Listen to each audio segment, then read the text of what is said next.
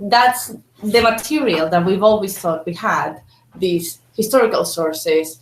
What they say is very scanty, and that's what we know. So these sources that we've known really from the 19th century already, from the work of Dozy, or however you say his name, it's on the north. You have the Christian sources, that's chronicles and annals, and they are very brief in what they explain about every single Viking raid that they mention, and they're quite constant. That's the good thing about them. They're quite constant. In this year, they came in the summer. In this year, but at least they tell you when they come, but they don't really say much apart from they killed us all or they destroyed all or something like very bad. Then we have the medieval Andalusian documents, and those are a bit more literary in the way they tell the story. So they add tons of details, half of which you have to ignore because they're quite fanciful. But they provide a more flourished story of the past of Vikings through the south of the peninsula, but they are useful because they also mention things that happen in the north of the peninsula, and you can kind of combine both to get a chronology of events. So that much we can get a chronology. And then you have sagas, you have the non-Iberian sources, and you have the Heimskringla and in Gestaranorum, there's information about Vikings going to Spain, such as Ulf the Galician, which, by the way, I saw a National Geographic article the other day about a Danish archaeologist who claims to have found the tomb of Ulf the Galician. Mm-hmm. I've not seen any datings or anything that has happened of any sort, but well, at least there seems to be an interest now about these things. So what these sources say, that has been collided, and what everybody would agree, I think, is that the Vikings had in Spain, if we only take the historical sources into account, is that they came, they raided, they left. They left no archaeological footprint, they left no permanent footprint in any way. And it was just a very superficial, epidermic contact, and that's that. And that is true. There was that superficial contact in that there was a violent contact, and it was a violent contact for a long period of time. But I could not believe for my life that there was absolutely nothing to be done about the topic of Vikings in Spain except recollating the sources, retelling what we already know. So I am a very optimistic person, and I set myself to do something about this. And I thought that mainly one of the problems that we've had so far with this field, if we can call it a field, is that we're looking at a very long period of time, like 2 centuries or more, but let's say 2 centuries of contact in a huge geographical area with extremely diverse cultural backgrounds, and we're looking at it as a whole. Like, it affects it all the same, and we're looking at the historical sources as a big chunk of things. And we're applying monodisciplinary approaches to these. So that is why I am trying to go as localized as I can, and I am trying to go as interdisciplinary as I can muster to tackle these through in as many ways as I can. And I'll tell you more at the end, and we can talk about this in the questions as well. But I find the more localized I go, the more I find. So for instance, I had a field trip in June where I went through a very small area of Galicia where I had found this potentially interesting toponym. And just by going through the villages and asking the people, so what do you call that field that you have over there? I found over 200 of this toponym within a day and a half. So it's this very localized, sometimes it's knowledge that is not even registered, and it has only survived because of the particular circumstances of the Galician mountain communities. So yeah, it's exciting. Today I'm going to talk about one particular instance of one particular raid, which is a raid that started in 968 at the end of 967 or 968, and will transition from being a raid like any other into a permanent settlement, and a permanent settlement that I think is clearly a mercenary settlement. So first of all, how do I? Oh yeah. Mouse. Yeah, I'll talk about this later. So first, I'm going to tell you a little bit about the peninsular context and historical sources, super briefly, because I already have been talking too much. And then I will talk to you about this raid and what have I done with it, to get a bit more information or be a bit more clear about what was going on. So the 9th century in Spain is a convoluted one. It's when the Vikings first arrived. They first arrived in the year 844. And when they get to the peninsula, we see a peninsula in the middle of a lot of change. By the time they arrive, we have the Emirate in the south, and we have different Christian kingdoms in the north. But by the 10th century, 929, the Emirate will become a caliphate. And with the caliphate will come an expansion, a growth, tons of economic investment, tons of increased religious and military pressure, and this growth towards it will be a push towards the north, incoming population coming from Africa, and it will create a lot of tension in the frontiers. And so by the time of the raid in 968, the frontiers are at the verge of collapsing. So you have a growing strength coming from the south, with figures as big as a guy called Almanzor, which you will hear me talking about, who will end up destroying all of Leon and all the roads. In this period, the movement from the north parallels the movement from the south. So the same, there's a unifying force, which is the beginning of, and I'm going to say, quote unquote, unified kingdom of Leon. It's not unified at all. They're all killing each other and fighting against each other. But the former kingdom of Asturias, the kingdom of Galicia that had become independent, reintegrated, become independent again, starts getting together as the kingdom of Leon. Okay? And it's still separated, but there is a royal investment in unifying and growing southward. So this is also a period of expansion, a period of occupation of the lands that were lesser occupation in the frontier. So again, the frontier, by the time of the arrival of the Vikings, after the mid of the 10th century, the frontier is the key area. Everybody's investing in clashing there. And that will be important for what we're going to do here. So I said the Vikings came first in 844, and that was right after they came from Normandy. So coming from, they came from Toulouse, and they went to Gijón, which is Asturias, although they probably went through the Basque Country first, but that's another story for another time. And then went to Galicia. And the Galicians are proud for having defeated the Vikings many a time. So the Vikings got here, which is in A Coruña. That's a Roman lighthouse that is still there today. It was not as tall, but yep, still there. So from this lighthouse, the king of Galicia defended the coast and managed to not allow the Vikings to come in. And then they went to Lisbon, they went to Seville, and they kind of mapped the route that many of the Vikings were going to take afterwards. So then from 844, the next time we have news that they're coming, it's in 859. And that's big news because those are the famous Vikings. They are the sons of Ragnar, Hastein, and Bjorn Ironside, apparently, whom, if they existed, they would have led this very big band of Vikings.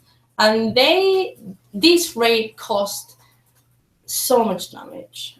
And when I say this raid, sometimes you think of a raid as one raid, but it may be a group of raids where you have 2 or 3 summers in a row, different bands coming through, and in that period, tons of damage is caused. And a lot of the damage, and this is my favorite area in all of Galicia, is through this. Through this. This is called a ria, and it's like a fjord, really, an entrance of the sea inland. And this one goes from here into Santiago de Compostela. So it's the most direct sea way towards Santiago de Compostela. Much of my archaeological research will go around this area because this was visited once and again and again and again and again. And I firmly believe, well, I am quite convinced that there had to be some kind of system, structure that facilitated that movement throughout the area, especially as that rate of 859. Here is a place called Iria Flavia that was the biggest bishopric. That was the most powerful bishopric that there was in Galicia, and the Vikings completely destroyed it. So the bishop of Iria Flavia had to be transferred to Santiago de Compostela. This was a movement that happened all over Galicia. All the bishops of the coast had to be moved inland. And it was because of that movement that Santiago started to grow into the crazy church capital that it later became, as there were tons of royal donations to bring down from the ashes that bishopric that had been destroyed. So Iria Flavia is completely destroyed, and this is a movement that gets paralleled in different rates. So in the rates in the south, for instance, when they go to Seville, they seem to always destroy the biggest, most powerful town before the town that they're heading towards. So in the same way that they destroyed Iria Flavia, in the south they destroyed Coria del Rio. So I think the area right before the arrival of Iria Flavia, it's an area of interest. But anyway, all the communities in the Ria de Arousa were damaged, well, not all of them, but a lot of them were damaged during this raid, and there were tons of churches that were burned. Some of them we know because money was paid later to bring them back up, and some of them just stopped being used. So yeah, that is a very big raid, probably the most famous one, and that one will go all around the peninsula. We'll go through Portugal, the south of Spain, Balearic Islands, Alicante, Valencia. It will go all the way to Sicily. The sources says it will go all the way to Byzantium, and that is something to be discussed at another point. And then when they came back, they met the troops of the Emir, and they lost 2/3 of their fleet, according to the Arabic sources, and they went home. And then there's a silence of around 100 years. So traditionally, it says that during 1 century, there was no Viking contact, and that the Viking contact started again during the mid-10th century. But we actually have a document from the year 910, like a very small ecclesiastical document of the inhabitants of a parish in Lugo begging the king to help them reinforce their houses against the Normans that kept on attacking. So there must not have been a very big silence, just maybe skirmishes that were not significant enough to create a problem.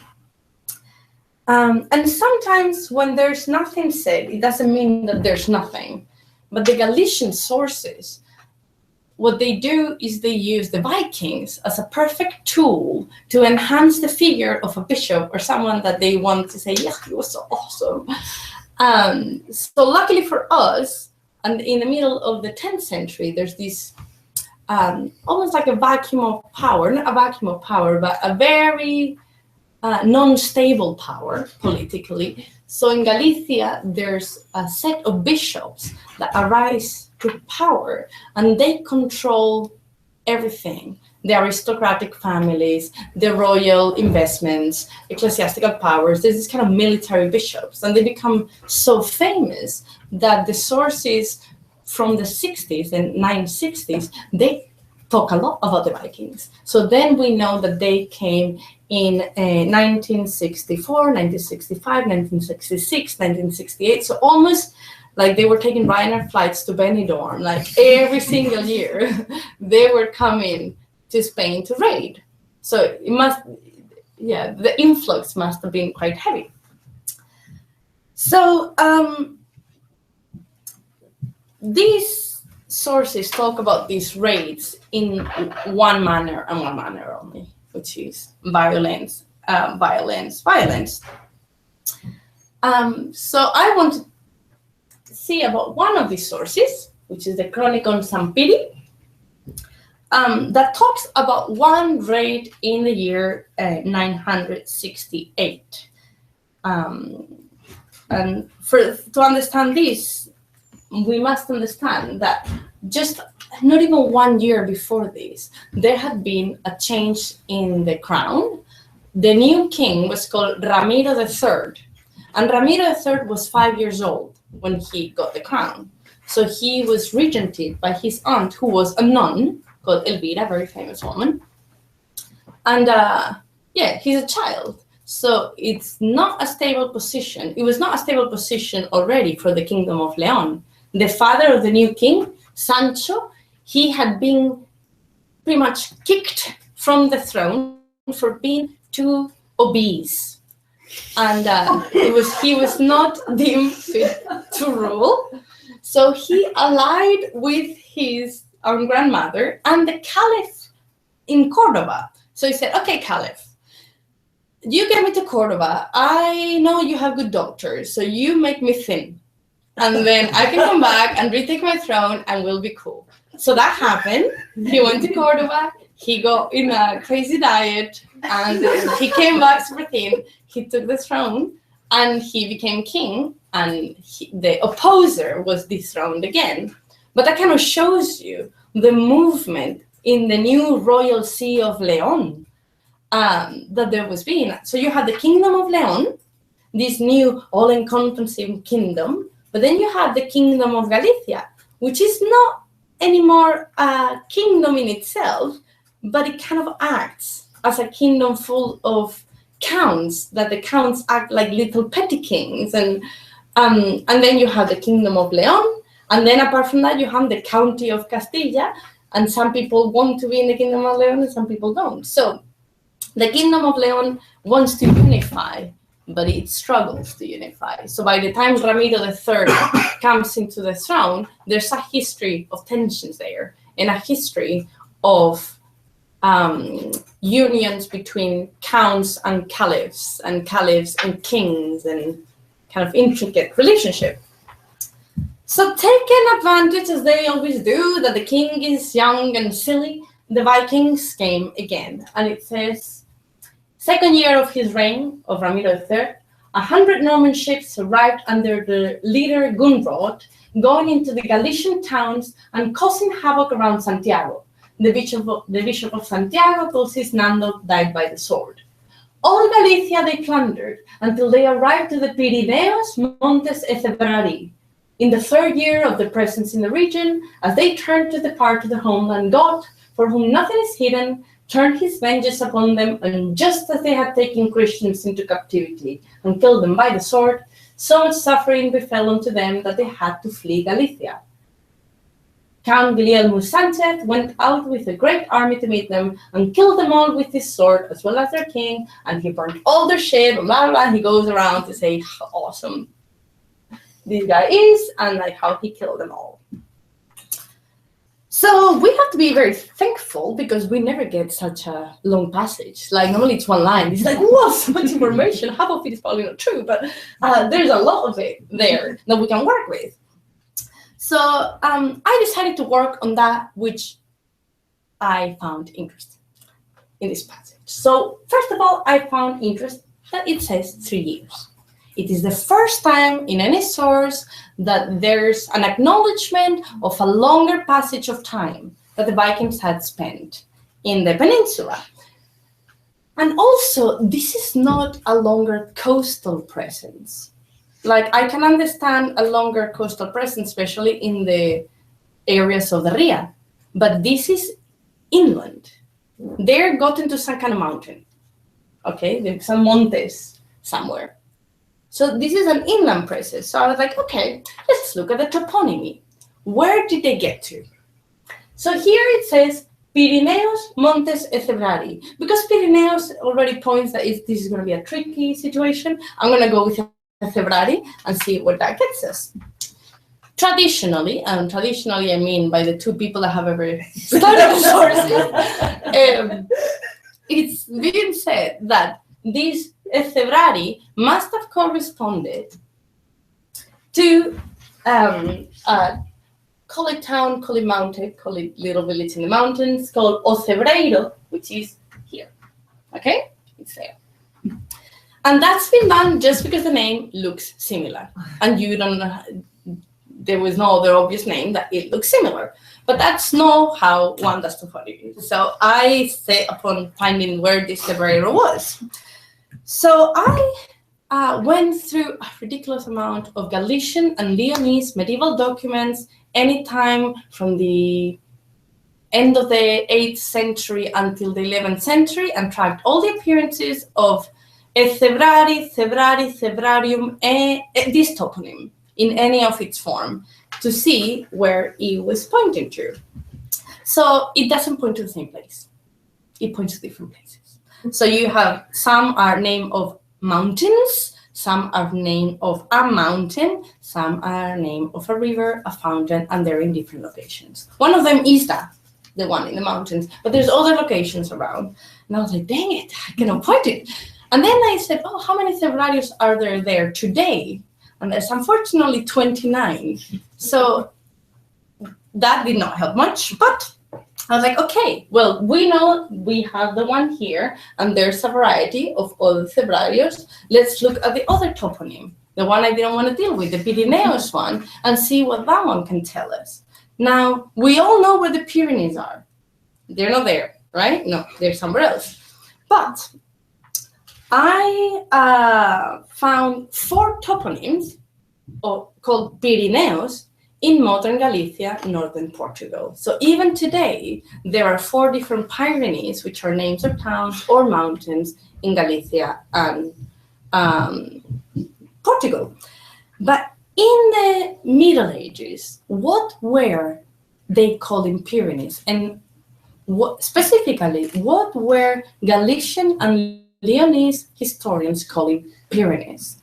So I found several mentions of Pyrenees, and for instance, one is in Pirineos Montis, in Castella, in Territorio Amaya. So I tracked that by other parts of the document to be here. Then we have another one here. Then we have another one here. So it turns out that for the medieval Galician and Leonese mind, the Pyrenees were not the Pyrenees we know today. The Pyrenees are the Cantabrian range. This is a vast range of mountains, and all of the appearances of Pyrenees things, they're all in the Cantabrian range. So then we have 2 toponyms that exist in several places, but the only place where they collide together is here. There's Pirineos, Montes, Cebrari. You have the Pyrenees here, and you have the Monte Cebrari here. So now we can say with certainty that the Vikings in 968, they reached this place. And this is a very important place because it had been a very important place since before the Middle Ages. And it had been an inhabited area from before the Middle Ages, which is, I'll tell you why it is important now. So we've gotten there, right? And then after being there for around 3 years, they have a battle around here and they lose. And they're supposed to be killed. However, in the year 970, we find another different medieval document that says, this one is composed in Castile, not in Galicia. In the year 970, venerunt Lordomani ad campos.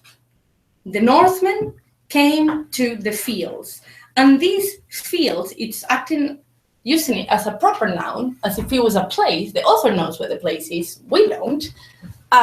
So this campus is a place. Okay, so we have these Vikings here, and right after they had finalized their time there, they appear somewhere, but where do they appear, and are they the same people? So I was like, okay, I have another toponym, campus. So let's see what we can do with this toponym. There's been 2 etymologies done with campus before in this kind of popular thoughts of the Vikings in Galicia. One was to attach campus to Compostela, because Compostela has been thought at times, the name, to derive from Campus Stellae, the field of stars. And I was like, okay, I'm going to look at medieval documents and see if I can find any mention of campus. No, it's a folklore etymology. It's an etymology that does not develop until probably the 19th century, but it appears nowhere. However, we do have medieval documents doing etymologies of the name of Compostela, telling you it comes that compos from compositum, like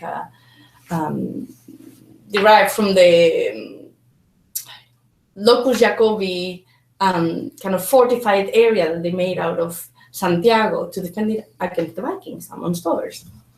So it's like, okay, so it cannot be Compostela, this campus. What can it be? Can it be Tierra de Campos? That's been another proposal, because Tierra de Campos obviously has the name campus in its name.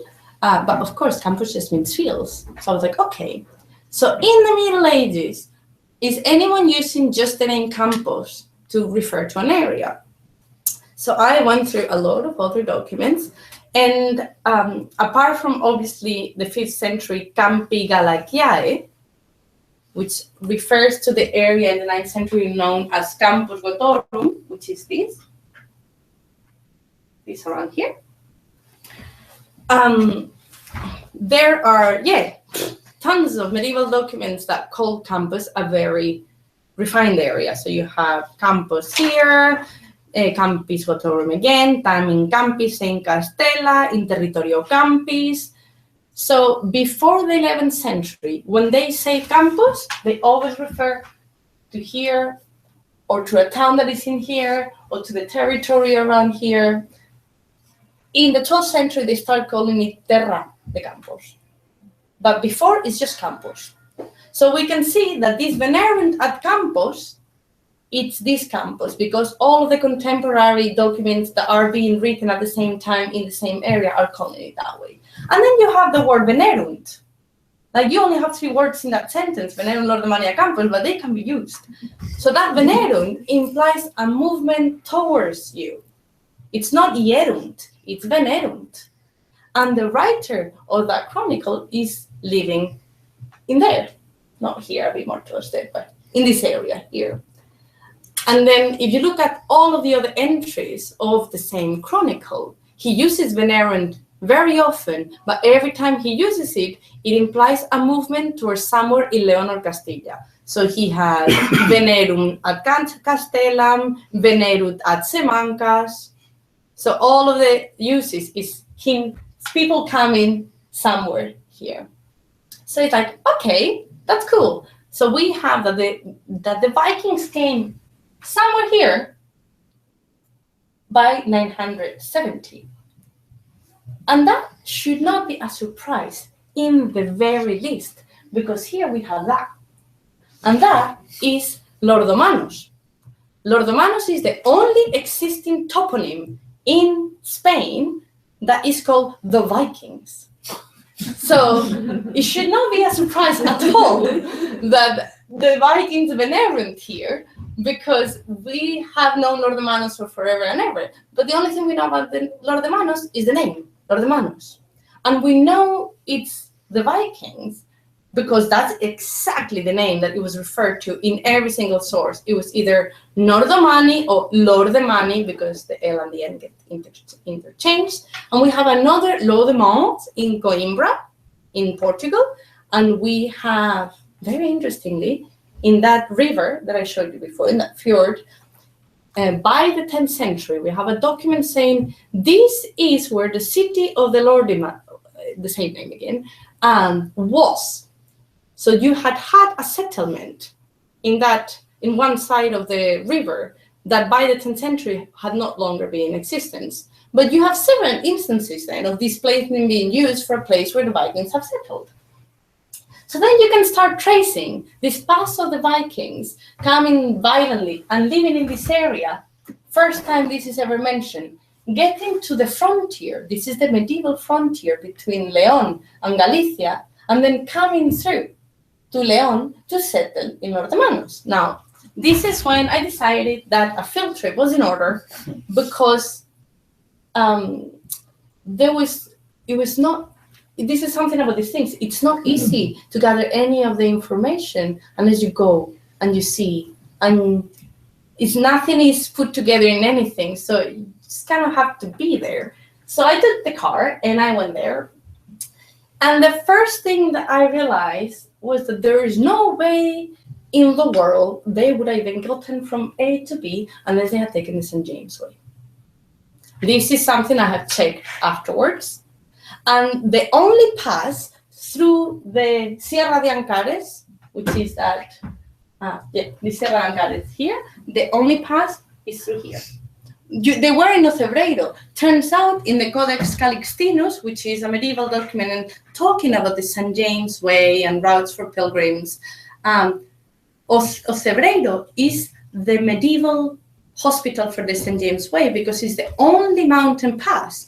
Even the document itself says how horrendous these mountains are, and good Lord, there's Ocebreiro there, because if not, there will be no way of surviving a trip from one place to the other. So you have them coming to the mountain pass, and then going through the mountain pass, and the only way after the mountain pass is the St. James Way. And the St. James Way would have been in action already by the 1970s. It was not the big, crazy, hub of tourism that was 1 century later with a big explosion. But the tomb of the apostle had been invented already. And it had become a site of pilgrimage for already a century. So it was quite established road, and it had already been a Roman road before. So you get the St. James Way, and you can go all the way. Actually, the current roads are pretty much the same roads. You go all the way to Astorga. You'll see that here. You get all the way to Astorga, and in Astorga, the road divides in two, much like the road does nowadays. This keeps on being the French way, and it goes into Leon direct. And in Astorga, it also divides into another path of the St. James Way, which was part of the Roman Via de Plata, that goes through here.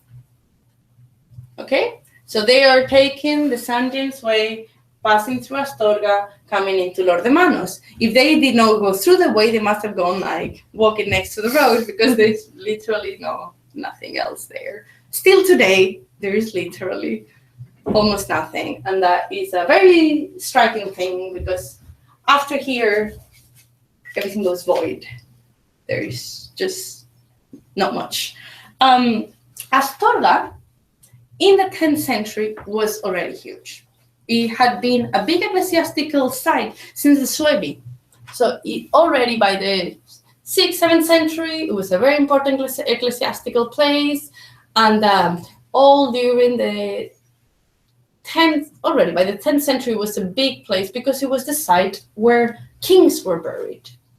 So today, the Cathedral of Astorga is humongous, but already by the 10th century, it was kind of the part capital of the kingdom for centuries to come. Even when Leon expanded and became the royal see of power, Astorga always remained that part capital. So it was a very well-inhabited and powerful place. And interestingly, there is a complete lack of records of the past of any kind of violence through Astorga until Almanzor gets there, really. And this is not to be taken lightly, because if they're good at writing down something, is when the Vikings bother them. Like every single time there's a raid, they mention it. And there's like nothing. Nothing has happened. No violence, no record of violence, no record of churches being burned, no archaeological record of destruction of any sort. So they're going through a fairly public way, through a fairly public town, with not creating any damage. So they go through Astorga, and after Astorga, we get the beginning of Tierra de Campos. That's the beginning of Tierra de Campos proper. And that is striking when you see it in person, because there's such a crazy change in the landscape. It's just crazy. When you had this kind of mountainous area, places where you can hide, tons of river, if you're going on the hostile side of things, that's the place to be. Tierra de Campos, there's not even a tree to hide behind. I mean, it's literally just Kansas. It's just flat, And there's no mountains, there's no trees. Well, there's some trees, but not too many. And there were not too many trees in the Middle Ages either, which I checked too. So yeah, you have this striking place, and all I could think when I was going through Terra Campus was, why did they settle here? Of all places in Spain, the chorizo is really good, but other than that, it's quite it's quite interesting. So I decided to go to Lord de Manos, and I went to Lord de Manos, and Lord de Manos nowadays is like a very small village of 3 inhabitants and a lot of chickens, and it's quite derelict. But it is very interesting because there's, in none of the villages surrounding them, they even knew what a Viking was. They had not heard. This is like very old communities. But in Lord de Manos, of the 3 inhabitants, 1 is older, and by older I mean he's very old, but he's older than the older people, and he had like quite a wealth of Viking folklore, or like stories and things that his grandfather would tell him, and things that the grandfather would tell the grandfather, and like little tales that they would tell as children and things like that. So he seemed to be the only person aware of what a Viking was without making a connection, but Vikings ever having settled there. In fact, he was quite shocked when I told him that. So yeah, that was just interesting. But the interesting thing about Lord de Manos, apart from the sadness that there's very little archaeological potential there, it just has been like the agriculture is so intensified in that area. There is just all, yeah. But apart from that, it was not empty in the 10th century when they arrived there. So in Lord de Manos, well, right out of Lord de Manos, there's a fairly large monastery site, sanctuary site for the 11th century, which already in the 9th century was quite well known and had some historical significance. And that has, the current form of the sanctuary has been dated to the 10th century. And then there's another church in Lord de Manos itself, and that, well, they couldn't tell me whether it was 11th century or 10th century, so I just ignored that one. But at least we know that we have the sanctuary of the Virgen de la Vega that was already there. So you have, a sanctuary, maybe a small church, maybe not, and you probably have population as well. And this has been an advance in Spanish historiography, because for a long time it was thought that the territory of Campos was just empty, and that the kings of Leon were putting people there because there was no one. And now we know that that's not true. That had remained populated since the Visigoths, and there was just an increase of population really brought by the royal interest to make this area a bit stronger, because it was frontier land. So Vikings get there, they're not alone there. It's not the greatest place to settle. There's a river, that's good. There's the river Esla. And that I don't see why. And also they have a lot of neighbors. And really, if you are hostile, a lot of annoying neighbors, because all of the territory from Lord de Manos into the Leon, it's ridiculously crowded with 10th century fortifications. And I'm not talking like small fortified places. No, I'm talking castra, talking big medieval centers that were already in existence by the time the Vikings would have gotten there. So if the Vikings are here and Leon is here, all of these are important either military or ecclesiastical sites.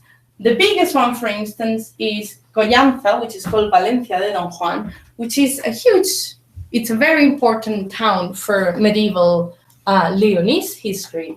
And it would have been already quite a big center of military power. And you have Toral de los Guzmanes and Hospital de Órbigo. And this is just directly north to Leon. If you go a little bit east, you have more. And it's this concentrated area in between where Lord de Manos is settled, or rather where the frontier is, and Leon, that it's buoyant with what later would become the big feudal powers of the Kingdom of Leon.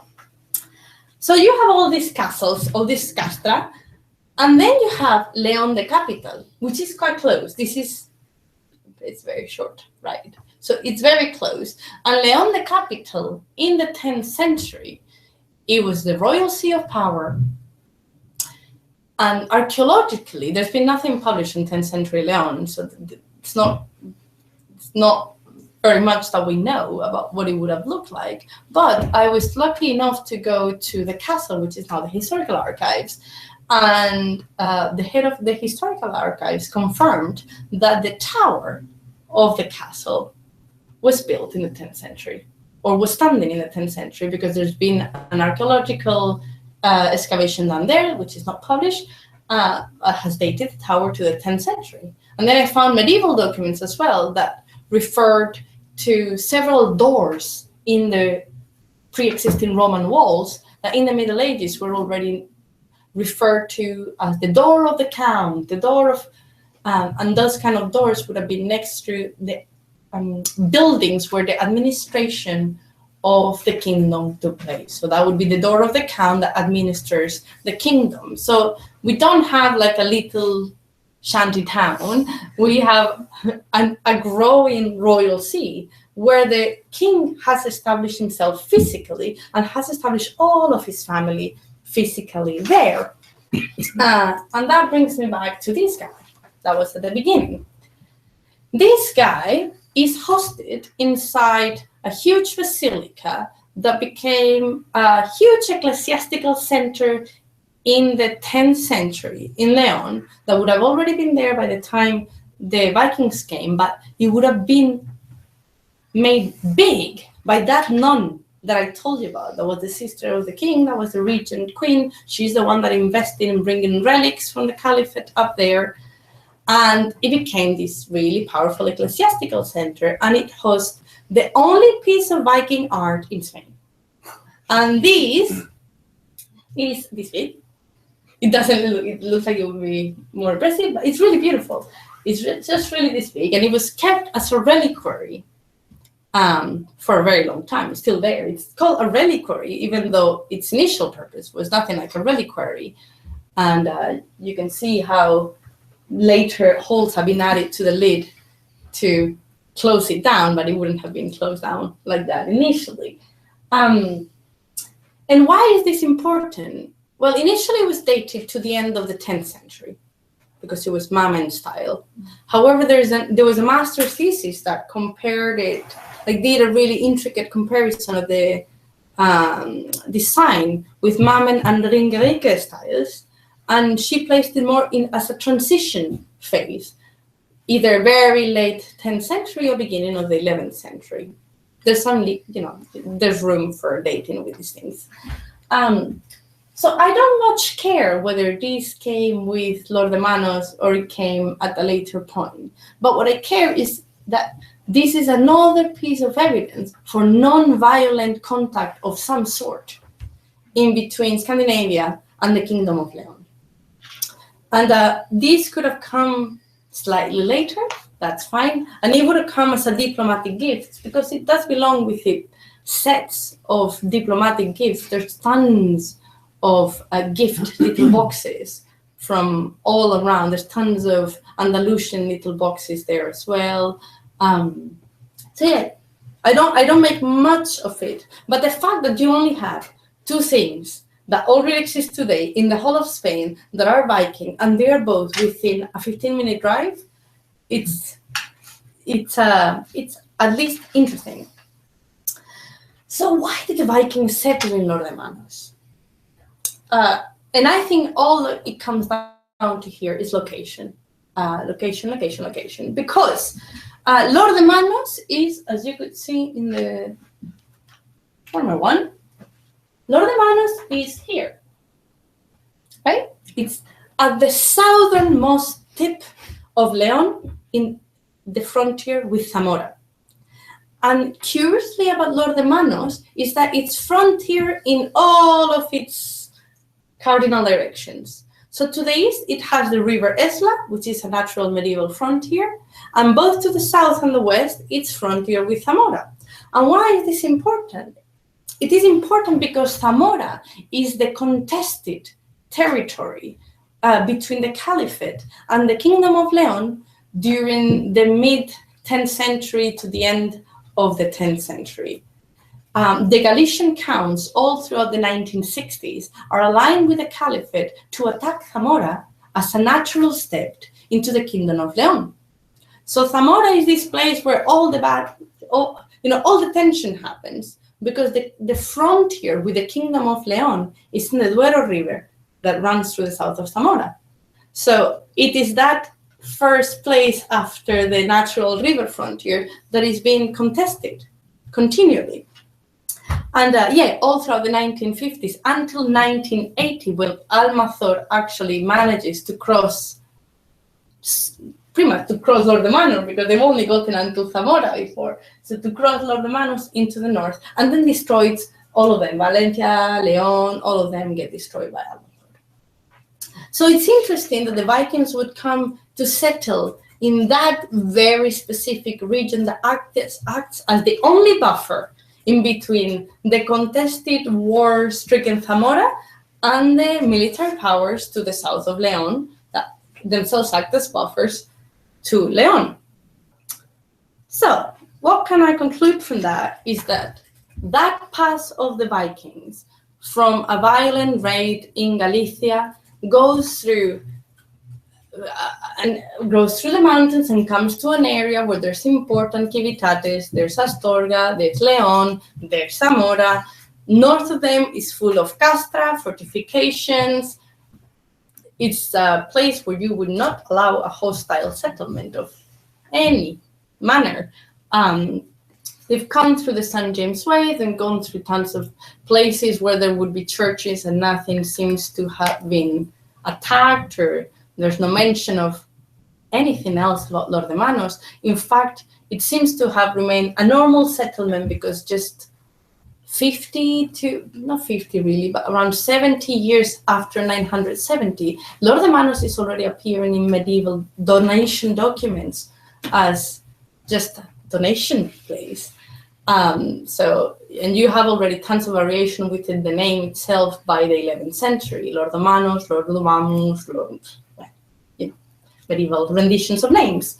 And I'm not even going to start talking about interesting names of people appearing in the documents in the area at the time, but that will be my next year of research. So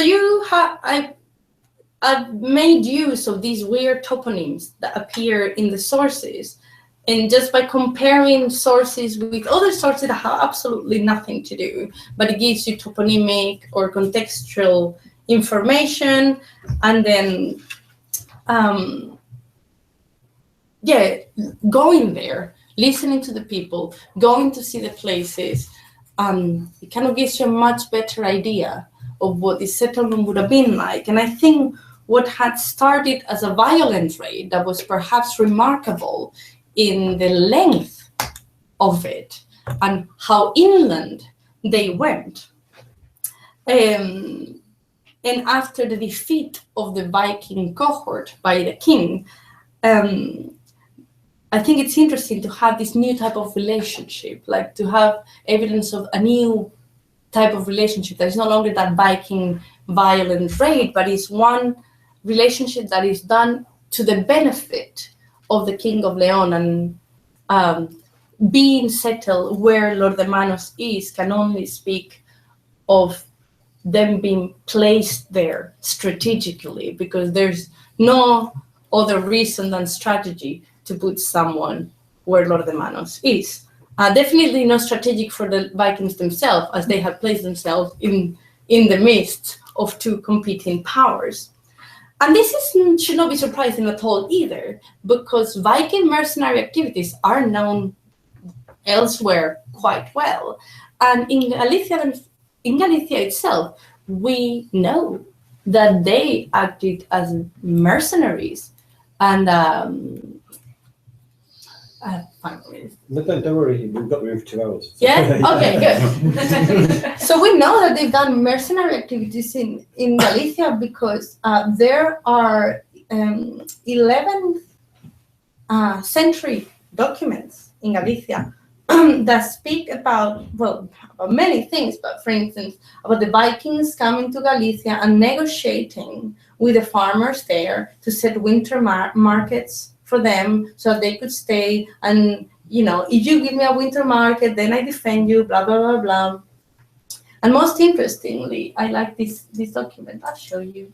This is not research I have finalized because I'm waiting for the datings.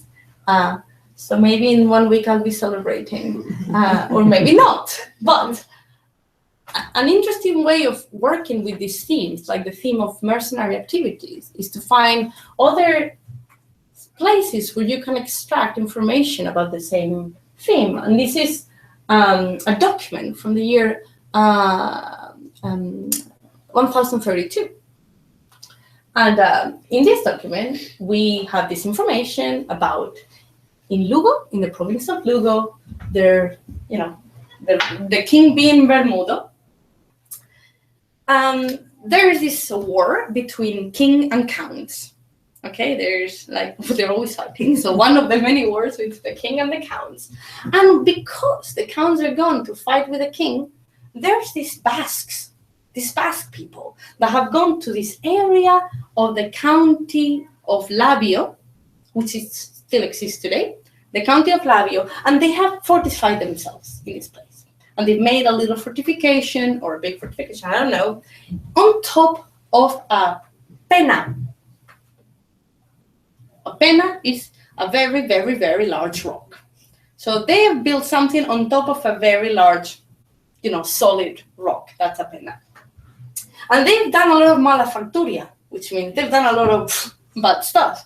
So the people of the land are getting very tired, and they're begging the count to do something, because the Basques have been there for a year and they've burned everything, they've killed people, they're doing kidnapping, all that kind of stuff. So the count comes with all his barons and with a gentilia de manorum. It comes with Vikings. And then they go, the count, the barons and the Vikings around the peña, the rock, and then kill the Basques and burn down the fortress. So, using the toponymic evidence that is provided by this document, and locating an area of interest of where this peña could be, which is not a very big area, it's a reduced area, and then using LiDAR, and then going in person to walk around the area, there is this huge stone that shares a name, or the little parish where the stone is, with the name. The stone is given in the document. It's within the little area of Labio, and it was really, like, when you go there, you can see how interesting it is, because it's such a high place and it's such a striking, huge rock. So I got a permit and went with an archaeological team that I put together, and that was wonderful. And we spent 1 week digging there. And for the first days, we just found a ridiculous amount of medieval tile, like roof tile. And we know it's medieval roof tile because that has been found in other fortifications of the area, also dating from around the 11th to the 12th centuries. So it's very recognizable, it's really ugly, and it's what we call the ugly tile. So we had kilos and kilos and kilos and kilos of this ugly tile, but nothing else. But on the last day, we decided to remove the, now I'm thinking in Spanish, moss. The moss from the top of the stone. The stone is not complete because it was just as a quarry to build a house in the 50s, so there's big chunks. But we thought it was just moss, but we thought to remove it just in case there were some marks of anything. And when we got to the corner, we started realizing that there was a piece of the stone that went inside, and there we found a level of destruction. So we had all the tiles, now whole, collapsed against each other like that, as if they have fallen on top of each other. And when you remove the last one, then you had burnt logs. So that we had lots of coal, and we sent that for dating. So now that could be something another medieval something there, because the titles, I'm pretty certain they're medieval. Maybe I'm wrong. But if that comes true, then that would be a way that you've used toponymy, historical documents, and archaeology together to learn something else about the Vikings in Spain. So this is one example about the kind of thing that I've been working on. And thank you very much for listening. Thank you.